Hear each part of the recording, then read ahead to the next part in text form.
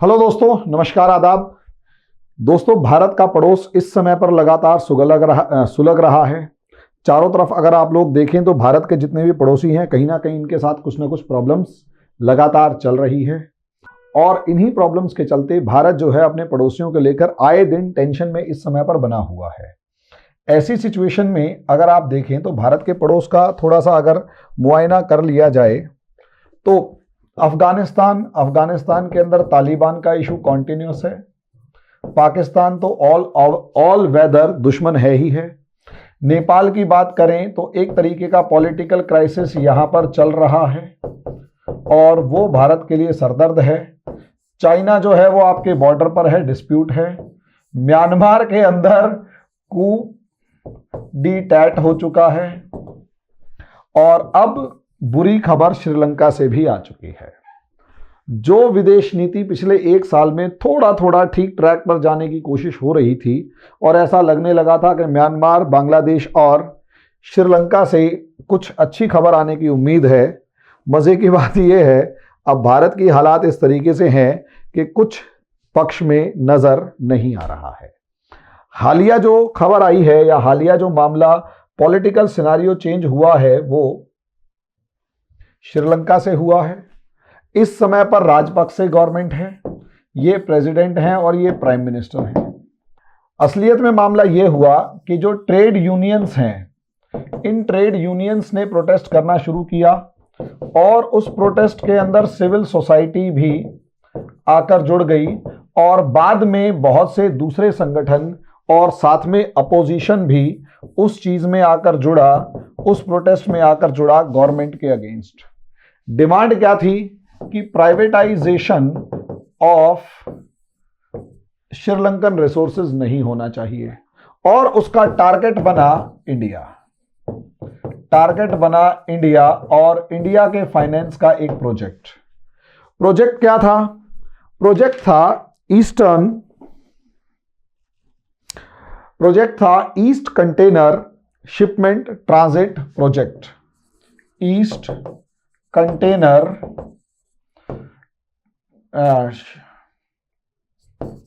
Transshipment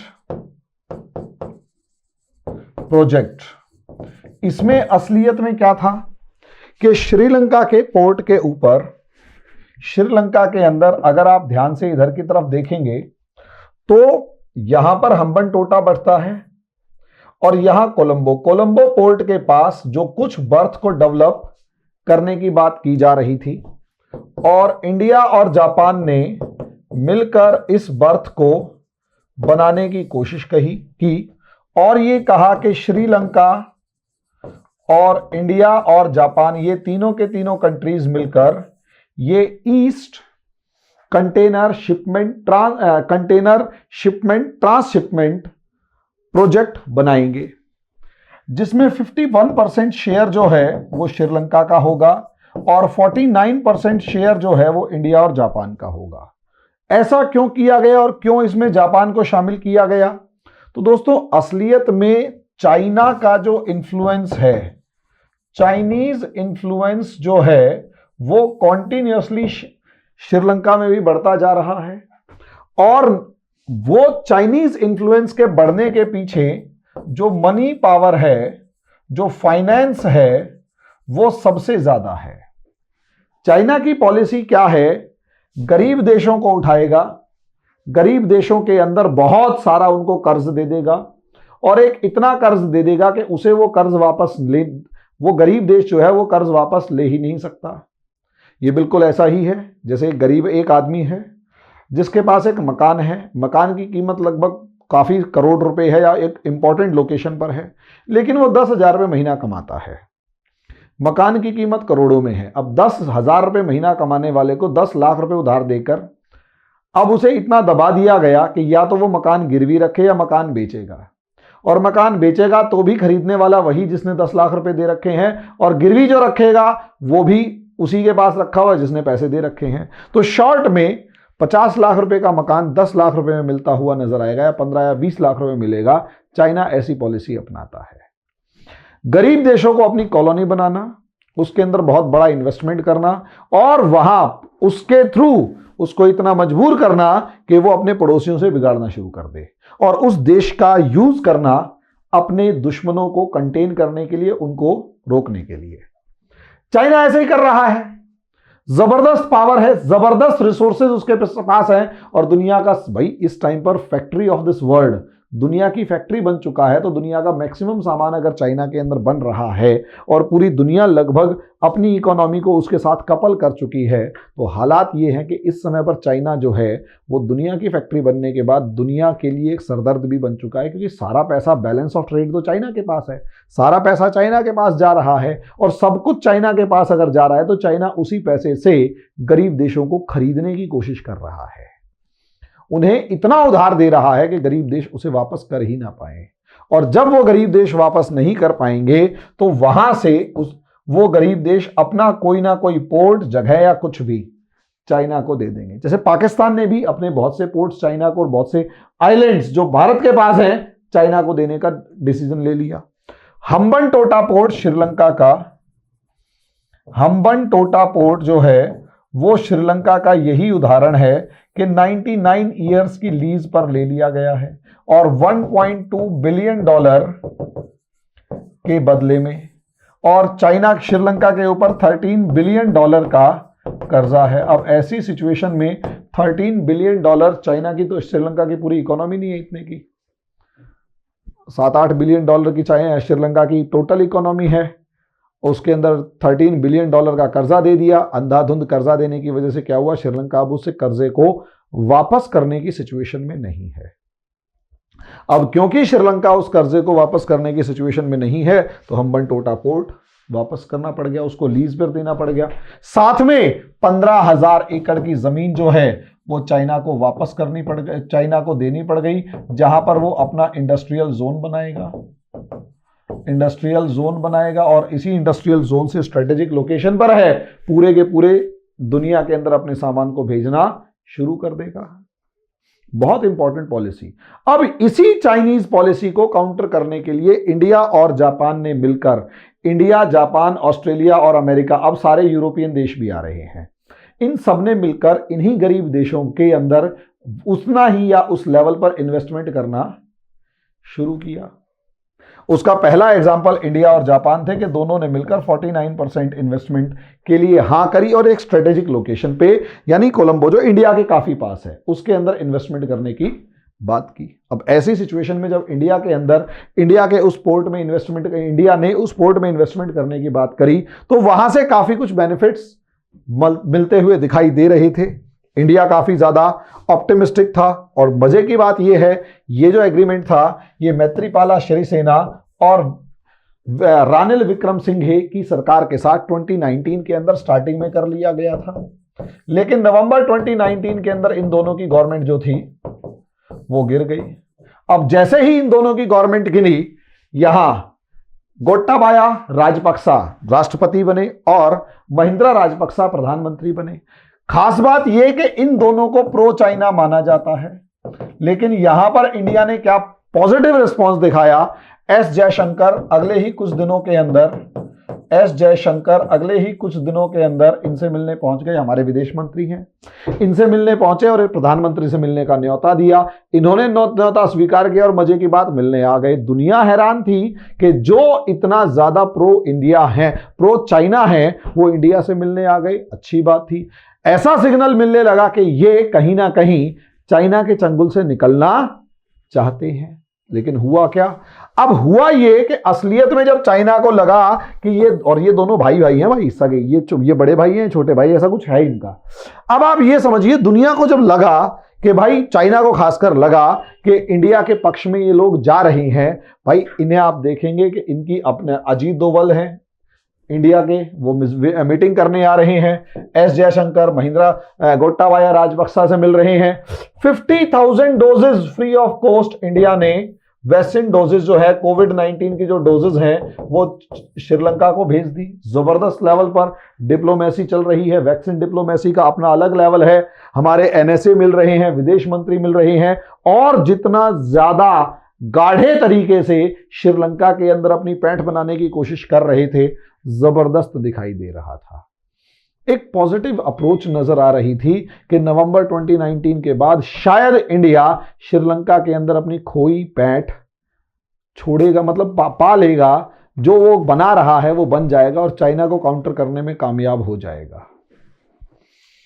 लेकिन problem क्या है? प्रॉब्लम है राजपक्सा जो है वो दो तरफ से घिरे हुए हैं। एक तरफ इंडिया बड़ा प्लेयर, दूसरी तरफ चाइना उससे कहीं बड़ा प्लेयर, और बीच में एक छोटा देश। असलियत में ऐसे में बैलेंस ऑफ पावर की बात की जानी चाहिए और छोटा देश जो है दो बड़े देशों के बीच में एक शक्ति का संतुलन बना के रखने की कोशिश करे। लेकिन प्रॉब्लम श्रीलंका के साथ सबसे बड़ी इस समय पर है डेमोक्रेसी की। दुनिया में कहीं पर भी है वहां सबसे बड़ी एक प्रॉब्लम, जहां जहां डेमोक्रेसी है, डेमोक्रेसी की सबसे बड़ी प्रॉब्लम क्या है? डेमोक्रेसी की सबसे बड़ी खास बात है फ्रीडम ऑफ स्पीच। दुनिया में डेमोक्रेसी की सबसे बड़ी खास बात है freedom of speech and expression, वाक एवं अभिव्यक्ति की स्वतंत्रता। लेकिन दुनिया में यही डेमोक्रेसी की सबसे बड़ी कमजोरी भी है, freedom of speech and expression. China जैसे कम्युनिस्ट देश जो अपने देश के अंदर फेसबुक, ट्विटर, इंस्टाग्राम, गूगल कुछ भी नहीं घुसने देते, सबको बाहर से ही मना कर देते हैं, उन्होंने इन सबको कॉपी करके अपने सब कुछ खड़े कर रखा, अपने ही प्लेटफॉर्म्स खड़े कर रखे हैं। इंडिया क्या, दुनिया की फिल्में तक चाइना में नहीं दिखाई जा सकती। अपना गेटवे एस्टैब्लिश किया हुआ है कि इंटरनेट की कोई भी इंफॉर्मेशन उसकी परमिशन के बगैर अंदर नहीं जा सकती। वहां के लोगों की मानसिकता को लोगों के अनुसार, अपने अनुसार चाइनीज पॉलिटिकल पार्टी ढाल के बैठी हुई है। लेकिन डेमोक्रेसी में ऐसा नहीं होता। डेमोक्रेसी में फ्रीडम होती है, freedom of speech and expression. Freedom of speech and expression में प्रोटेस्ट भी होता है। जैसे इंडिया में आप देख रहे हो शाहीन बाग हुआ था और आज के दिन फार्मर्स प्रोटेस्ट हो रहा है, होता है। इन प्रोटेस्ट करने वाले जो नेता होते हैं, यहां मैं सबको नहीं कह रहा, लेकिन ज्यादातर बिकाऊ होते हैं, दोगले होते हैं ज्यादातर, और विदेशी शक्तियों को पैसा लेकर अपनी ही सरकार के खिलाफ खड़े हो जाते हैं। यस, कॉपर स्टरलाइट का एक मामला था इंडिया के अंदर। 5 लाख करोड़ के आसपास का कॉपर प्रोड्यूस कर सकता था इंडिया, लेकिन कॉपर स्टरलाइट की जो फैक्ट्री थी उसे बंद करवा दिया गया इन प्रोटेस्टर्स ने, और इंडिया को वही कॉपर अब पाकिस्तान या चाइना से इंपोर्ट करना पड़ रहा है, जबकि वो हम एक्सपोर्टर थे, एक्सपोर्टर से इंपोर्टर बना दिया। ऐसे प्रोटेस्टर्स ने क्या कि हमारी जिंदगी, इनकी कोई जिंदगी खराब नहीं हो रही होती, इन्हें तो रोजगार मिल रहा होता है, रोजगार छिन जाता है। एक एग्जांपल यहां देख सकते हैं, क्या मिला नंदीग्राम को? नेताजी को तो कुर्सी मिल गई, आम आदमी को क्या मिला? बेरोजगार है, जमीनें तक वापस नहीं मिली। क्या मिला पॉस्को प्रोजेक्ट को? 50,000 करोड़ रुपए का प्रोजेक्ट उड़ीसा का पता नहीं कहां से कहां पहुंचा देता प्रोग्रेस में, लेकिन नेताओं ने, विदेशी शक्तियों के दलालों ने क्या किया? Protest, freedom of speech and expression. और पता है, इनको प्रूव नहीं कर सकते ना कि इनके पास पैसा आया है, किसी ना किसी दूसरी फंडिंग के थ्रू विदेशी अकाउंट में डलवा दी गई। आप प्रोटेस्ट करवाइए, ये झंडे डंडे लेके खड़े हो जाने हैं। जब ये लोग झंडे डंडे लेके खड़े हो जाते हैं तो अपनी ही सरकार को गिराने की तरफ बढ़े हुए होते हैं। किसान आंदोलन भी यही तो है। हाँ, बुराई है, अब मेरे को इरिटेशन हो चुकी है किसान आंदोलन से, क्योंकि डायरेक्शनलेस हो चुका है, डायरेक्शनलेस हो चुका है बिल्कुल। जहां से शुरू हुआ था वो तो मुद्दे बचे ही नहीं है। अब केवल और केवल किसान आंदोलन ऐसा लग रहा है कि या तो विपक्ष अपनी रोटियां सेक रहा है, या फिर सरकार को समस्याओं में घेरे रखने के लिए खड़े करके कहीं ना कहीं से कोई विदेशी फंडिंग भी हो रही है, और आम आदमी को पता नहीं होता कि उसके नेता ने कहां से कौन सा पैसा खा लिया है। नेता ने, आम किसान तो अपने इमोशंस में बह रहा है, उसे इमोशंस से ज्यादा मतलब भी नहीं होता, वो इमोशंस में ही बह रहा होता है। हरामखोर तो नेता होता है, घटिया आदमी नेता होता है, बहुत गिरे हुए लेवल का ये नेता होता है जो सिर्फ और सिर्फ अपनी राजनीतिक रोटियां सेक रहा होता है, अंधाधुंध पैसा कमा रहा होता है और अपने बच्चों के अगली 10-100 पुश्तों के लिए अपना पैसा इकट्ठा कर रहा होता है। और पैसा कौन देता है? विदेशी शक्तियां, कि आपकी राजधानी से लेकर सब कोई घिरा रहे। 1 साल तक राजधानी को बंद रखो, अपने आप सरकार की अकल ठिकाने आ जाएगी। घेरे रखो, विपक्ष घटिया राजनीति कर रहा होता है, कंटेंट वाली राजनीति तो है ही नहीं। नतीजा क्या? यहां पर श्रीलंका में भी आपके साथ ऐसा ही हुआ है। हां, अभी प्रूव कर देता हूं, श्रीलंका के साथ भी मेरा ओपिनियन आजकल होने वाले आंदोलनों के लिए ज्यादा सा अच्छा नहीं है। और खासकर कोई बड़ी बात नहीं, विदेशी शक्तियां इनमें होती हैं, दिखाई नहीं देती, चुपचाप इनको भड़का कर निकल लेती हैं, लेकिन होती हैं, मिसगाइड करने के लिए होती हैं, ताकि सरकार काम के मुद्दों पे ध्यान ना दे पाए और इन्हीं से उलझ के रह जाए।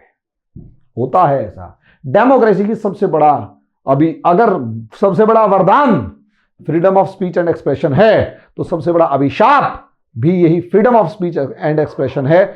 यह वाक एवं अभिव्यक्ति की स्वतंत्रता है, जिसे विपक्षी दलों के नेता, विपक्षी दल तो फिर भी ठीक हैं, खासकर इस तरीके के छुटभैये नेता जो बड़े नेताओं की पैर की जूती होते हैं और देश को भटकाए रखते हैं, आंसू टपका के पूरे आंदोलन को दोबारा खड़ा करके भड़काने की कोशिश करते हैं और दावा कर रहे होते हैं कि या तो तुम मान जाओ वरना गद्दी खाली करने की तैयारी करो। ठीक है, करवा लो कल गद्दी खाली, उसके बाद अपनी अपनी रोटियां सेकनी है, तरक्की की बात नहीं करनी होती है। प्रोटेस्टर्स आज के दिन दुनिया के अंदर, प्रोटेस्ट एक बिजनेस बन चुका है, प्रोटेस्ट एक बिजनेस, जबरदस्त बिजनेस हो चुका है। और ये इंडिया के खिलाफ श्रीलंका में प्रोटेस्ट खड़े हो गए कि आप प्राइवेटाइजेशन नहीं करोगे, आप पोर्ट्स को प्राइवेट हाथों में नहीं बेचोगे, आप पोर्ट को प्राइवेट हाथों में नहीं बेचोगे। बहुत अच्छी बात है, आप प्राइवेटाइजेशन के खिलाफ हैं, लेकिन जैसे हम्बन टोटा तो उनके दामाद ने या किसी ने ले रखा है और वो उनके घर का आदमी है।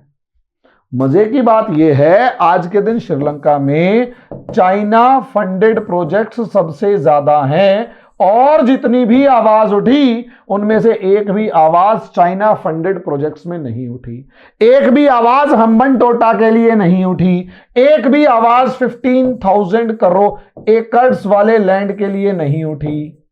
सारी आवाज किसके लिए उठी? इंडिया वाले पोर्ट के लिए। यार एक आधा चाइना वाले पोर्ट के लिए आवाज उठा लेते तो शायद हम मान लेते, लेकिन नहीं।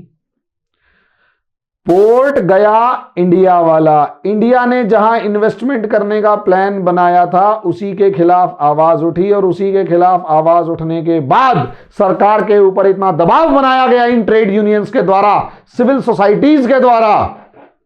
पता नहीं कहां से उठ के आ जाते हैं सिविल सोसाइटी वाले, मीठी मीठी बातें, पैसे अपनी जेब भर के निकल लेते हैं, जनता मरती रहो क्या फर्क पड़ता है। लेकिन श्रीलंका में तो यही गेम है ना, डेमोक्रेसी कोई भी उसमें यही गेम होता है। प्रोटेस्ट के नाम पर सिर्फ लोगों को बरगला रहे होते हैं। कहां से शुरू किया, कहां खत्म, कहां से शुरू किया, हिंदुस्तान में देख लो ना, कहां से शुरू किया एमएसपी से, कहां खत्म किया पता ही नहीं, क्योंकि खत्म करना ही नहीं ना। क्योंकि अगर आंदोलन खत्म हो गया तो बात ही खत्म हो जाएगी, बातचीत का तो रास्ता ही नहीं छोड़ना आप लोगों ने। सरकार पे इतना दबाव बना दो, कमजोर होगी तो गिर जाएगी। चाइना ने श्रीलंका में फंडिंग कर रखी है, जबरदस्त फंडिंग कर दी कि इंडिया को किसी भी तरीके से हटाना है। नतीजा क्या? चाइना के किसी प्रोजेक्ट के अगेंस्ट कोई प्रॉब्लम नहीं है, लेकिन जैसी ही प्रॉब्लम आई है वो किसके अगेंस्ट? इंडिया वाले प्रोजेक्ट्स के लिए। क्यों? क्योंकि चाइना फंडिंग में दे रहा है। जब चाइना वहां की सरकार को नहीं समझा पाया और भारत और जापान, अमेरिका से लेकर दुनिया के सारे देश मिलकर चाइना को काउंटर करने की तैयारी कर रहे हैं, तो चाइना ने डेमोक्रेसी की सबसे कमजोर नस का फायदा उठाया और ऐसे गद्दारों को उठा उठा के ढूंढ के लाया कि जाओ प्रोटेस्ट करो, प्रोटेस्ट करो। भाई चाइना वाले तो इनके दामाद लगते हैं, उनके प्रोजेक्ट्स में तो सोना चांदी बरसता है, उनके प्रोजेक्ट्स में तो घी शक्कर मलाई वगैरह सब होती है। इंडिया वाले में कांटे लगे हुए हैं, इसलिए उन्होंने चाइना से पैसे लेके उनको जीजाजी कहना शुरू कर दिया और इंडिया से दुश्मनी। इंडिया का प्रोजेक्ट चला गया। अब प्रॉब्लम क्या है इंडिया के प्रोजेक्ट के लिए, समझने की कोशिश कीजिए। इंडिया और चाइना इस पूरे एरिया के दो सबसे बड़े राइवल कंट्रीज हैं। यस, इंडिया और चाइना दो राइवल कंट्रीज, और चाइना इंडिया को सोचकर देखिए, आज श्रीलंका आपके एंटी, पाकिस्तान आपके एंटी, चाइना आपके एंटी, नेपाल आपके एंटी, एक ट्रायंगल बन गया। तीनों के तीनों ताकतें आपके विरोध में अगर खड़ी होनी शुरू हो गई तो इंडिया को तो घेर लिया। और एक्सपेंडेड फॉर्म में अगर आपको दिखाऊं तो मोतियों की माला, स्ट्रिंग ऑफ पर्ल्स। अगर आप देखेंगे तो चाइना का जहां जहां ये वाला पॉइंट आपको दिखाई दे रहा है, यहां अगर आप लोग देखना शुरू करेंगे तो आपको बहुत सारे ऐसे पॉइंट्स नजर आने शुरू होंगे जहां पर चाइना की प्रेजेंस है। जिबूती चाइना की प्रेजेंस है, केन्या चाइना की प्रेजेंस, नेवी की प्रेजेंस है, ग्वादर पोर्ट चाइना की प्रेजेंस है। अब तो जो कीज आइलैंड उस पे चाइना की प्रेजेंस हो गई है। मालदीव्स के कुछ पोर्ट्स चाइना के कंट्रोल में आ चुके हैं। हम्बनटोटा चाइना के कंट्रोल में, चटगांग चाइना, सितवे चाइना, इधर Coco Islands China, Thailand China, और न जाने कितनी जगहों पर चाइना ही। स्ट्रिंग ऑफ पर्ल्स, मोतियों की माला इंडिया के चारों तरफ। इंडिया को ऐसा घेर के खड़ा कर लो कि कुछ कहने की हद नहीं। नतीजा किस बिहाफ पर, किस ताकत से, किस बेसिस पर? तो सिर्फ पैसा, मनी पावर। छोटे छोटे देशों को इतना ज्यादा पैसा दे दो, इतना कर्जा दे दो कि वो वापस ही नहीं कर पाए, और जानबूझकर अपने स्ट्रेटेजिक लोकेशन वाले पोर्ट से लेकर सब चीजें आपके हवाले कर दें। उन पोर्ट्स में आप अपनी नेवी खड़ी करो और इंडिया, अमेरिका जैसे कंट्रीज को घेर लो। आप काउंटर कैसे करेंगे? आपको मनी पावर के बदले में मनी पावर चाहिए। इंडिया को मनी पावर के बदले में मनी पावर चाहिए। मनी पावर कैसे आएगी? जब आप इंडस्ट्रियल ग्रोथ करेंगे, जब आपकी एग्रीकल्चर ग्रो करेगी, जब आपके अंदर फंड्स बढ़ेंगे, फाइनेंसेस बढ़ेंगे। उसके लिए आपको क्या करना पड़ेगा? उसके लिए आपको करना पड़ेगा रिफॉर्म्स। और जब आप रिफॉर्म्स करने जाओगे तो आपकी सड़कों के ऊपर चाइना से फंडेड या आपकी सड़कों के ऊपर विपक्ष से फंडेड प्रोटेस्ट्स बैठे हुए मिलेंगे, जो एक किसी भी प्रोटेस्ट को इस लेवल तक ले जाएंगे कि सुधार नहीं होने देंगे, चाहे कुछ हो जाए। कोई बड़ी बात नहीं है इन प्रोटेस्टर नेताओं के। आम जनता बहुत भोली है। आम जनता इस चीज को समझ ही नहीं रही। वही डेमोक्रेसी भारत में है, वही फ्रीडम ऑफ स्पीच भारत में है। तो कोई बड़ी बात नहीं है। जो नेता हैं ये मामले को इतना घुमा रहे हैं कि किसी नतीजे तक पहुंचने ही नहीं दे रहे। 13 राउंड की बातचीत में यही मैं कहने जा रहे थे क्या बार बार कि जी हमें ये कानून वापस दिलवाना है। वो तो बाहर बैठे हुए कह लेते, बात करने क्या जा रहे थे। वास्तव में ये लोग बात का नतीजा निकलने ही नहीं देना चाहते। ये लोग चाहते ही नहीं कि किसी भी तरीके से मामले का नतीजा निकले। ये लोग बिल्कुल नहीं चाहते कि किसी भी तरीके से आउटकम आए। ये केवल इतना चाहते हैं इनकी राजनीति चमकती रहे। तरक्की पता नहीं, देश पता नहीं, रिफॉर्म्स पता नहीं, क्या होगा पता नहीं। हम सब कुछ बंद करके बैठे हुए हैं, हम नहीं चलने देंगे। 6 फरवरी का चक्का जाम है, सब कुछ बंद करके छोड़ेंगे। फिर उसके बाद आरोप लगाएंगे कि देश ने चाइना से 2 हाथ नहीं किए, हार गए। हारने के क्यों? क्योंकि आपको पैसा चाहिए था, पैसे के लिए रिफॉर्म्स चाहिए थे, रिफॉर्म्स हमने होने नहीं दिए।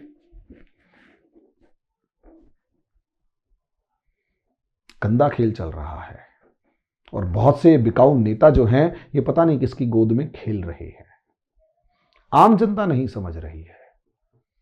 आम जनता को तो वही भावनाओं के अंदर बह के काम करने की एक आदत पड़ गई है, और डेमोक्रेसी में ऐसा होता है।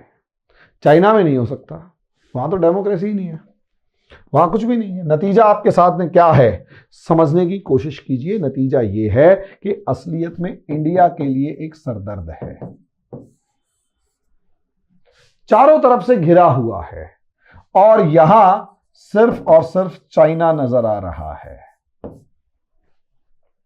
चाइना के अगेंस्ट आपको फाइनेंसेस चाहिए, पैसा चाहिए, इन्वेस्टमेंट चाहिए, वो आपको कब आएंगी? रिफॉर्म से आएंगी। और रिफॉर्म्स के लिए आपको न्यू सिस्टम्स बनाने पड़ेंगे। लेकिन आपके न्यू सिस्टम जैसे ही बनाएंगे तो अपोज होगा, प्रोटेस्ट होगा, और ये जो प्रोटेस्ट होगा इससे न्यू सिस्टम रुकेगा, रिफॉर्म रुकेगा, फाइनेंस नहीं होंगे और चाइना सर पे खड़ा रहेगा। राजनीति चलती रहेगी, चाइना सर पे खड़ा रहेगा, राजनीति चलती रहेगी। आप हारे जीते लड़ लेंगे थोड़े दिन के, तेरी वजह से हारे, तेरी वजह से हारे, हार जाएंगे और क्या होगा। देश को इस समय पर एकजुट होकर खड़े होने की जरूरत है, लेकिन नेता जो हैं वो बरगला रहे हैं, देश को डेमोक्रेसी के नाम पे डुबो रहे हैं। बीच का रास्ता नहीं है। सुधारों की तो बहुत जरूरत होगी ना, तो बताओ तो सही सुधार कौन से चाहिए।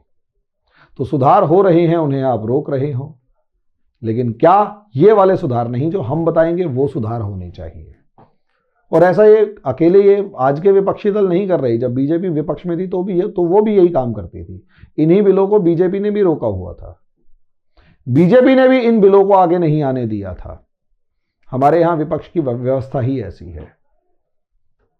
और रही सही कसर ये जो बाकी यूनियन और सोसाइटी वाले हैं ये पूरी कर देते हैं। इनका मकसद केवल एक है, सरकार को गिराना। सरकार गिरती है तो सुधार रुकते हैं, सुधार रुकते हैं तो तरक्की रुकती है, तरक्की रुकती है देश रुकता है, आप और हम रुकते हैं, पिछड़ते चले जाते हैं। दुनिया इस वैश्विक प्रतिस्पर्धा के अंदर, इंटरनेशनल कंपटीशन में रुकते चले जाते हैं। नतीजा आपके सामने है। आगे आने वाले समय में और बुरे आ सकते हैं, संभल सकते हैं, बहुत बढ़िया। देश को श्रीलंका में झटका लगा है, इसमें कोई शक की बात नहीं है। और वहां की सरकारों के ऊपर भी वो ट्रेड यूनियन के दबाव और चीन ने जो ड्रामा किया वो सबके सामने है। माने या ना माने वो एक अलग मैटर है, क्योंकि चीन को बाकी ट्रेड यूनियंस ने अपना जीजा मान रखा है, मैं ये बार बार कह रहा हूं। और क्या भाई, अगर श्रीलंका में इतना ही उनको प्राइवेटाइजेशन से प्रॉब्लम है तो चीन के जो प्रोजेक्ट चल रहे हैं उनका भी अपोज करो। उनका अपोज नहीं हो रहा, भारत जापान के प्रोजेक्ट्स का अपोज हो रहा है। तो सिंपल सी बात है, ये सेलेक्टेड जो अपोज है ये क्यों हो रहा है, उसके पीछे का कारण पता लगेगा तो शायद सच घिनौना लगे। धन्यवाद।